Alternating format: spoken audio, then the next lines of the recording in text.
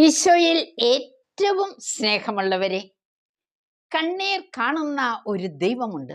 പ്രത്യേകിച്ചും മക്കൾക്ക് വേണ്ടിയുള്ള അമ്മമാരുടെ കണ്ണീർ.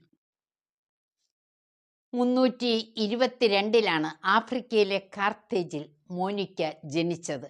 ഒരു ഉത്തമ ക്രൈസ്തവ കുടുംബത്തിൽ. എന്നാൽ വിവാഹം ചെയ്തതോ വിജാതീയനും കോപിഷ്ഠനുമായ ഒരു വ്യക്തിയെ.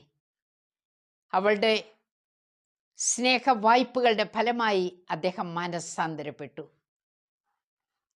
എന്നാൽ മൂത്ത മകൻ അഗസ്റ്റിൻ കാർത്തേജിൽ മനിക്കിയൻ പാഷണ്ടിയായി മാറുകയായിരുന്നു.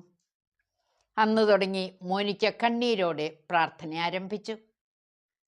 മിലാനിൽ വെച്ച് വിശുദ്ധ അംബ്രോസിൻ്റെ പ്രസംഗം കേട്ട് അഗസ്റ്റിൻ 33 വയസ്സിൽ 387 ഉയർപ്പ് തിരുനാൾ ദിനം മാനസാന്തരപ്പെട്ടു. തുടർന്ന് 36 വയസ്സിൽ വൈദികനായി. മോനിക്കയുടെ കണ്ണീരിന് ഉത്തരം ലഭിച്ചു. സങ്കീർത്തനം 103:3 പറയുന്നു, അവിടുന്ന് നിന്റെ അകൃത്യങ്ങൾ ക്ഷമിക്കുന്നു, രോഗങ്ങൾ സുഖപ്പെടുത്തുന്നു.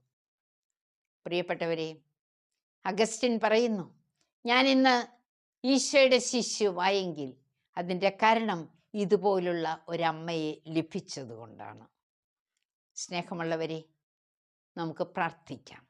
നമ്മുടെ മക്കൾക്ക് വേണ്ടി, വരുന്ന തലമുറയ്ക്ക് വേണ്ടി കണ്ണീരോടെ പ്രാർത്ഥിക്കാം. ഒപ്പം മനസ്സാന്തരത്തിനുള്ള ആഹ്വാനം അവർക്ക് ദൈവം സമ്മാനിക്കുന്നുണ്ട്. അത് തിരിച്ചറിയാനുള്ള കൃപയ്ക്ക് വേണ്ടിയും നാം പ്രാർത്ഥിക്കണം. അടുത്ത തലമുറ അനുഗ്രഹിക്കപ്പെടട്ടെ. ഇന്ന് സാധിക്കുമെങ്കിൽ ഒരു കരുണക്കൊന്ത യുവജനങ്ങൾക്ക് വേണ്ടി പ്രാർത്ഥിച്ച് സമർപ്പിക്കുക. ദൈവം ഉത്തരം തരും.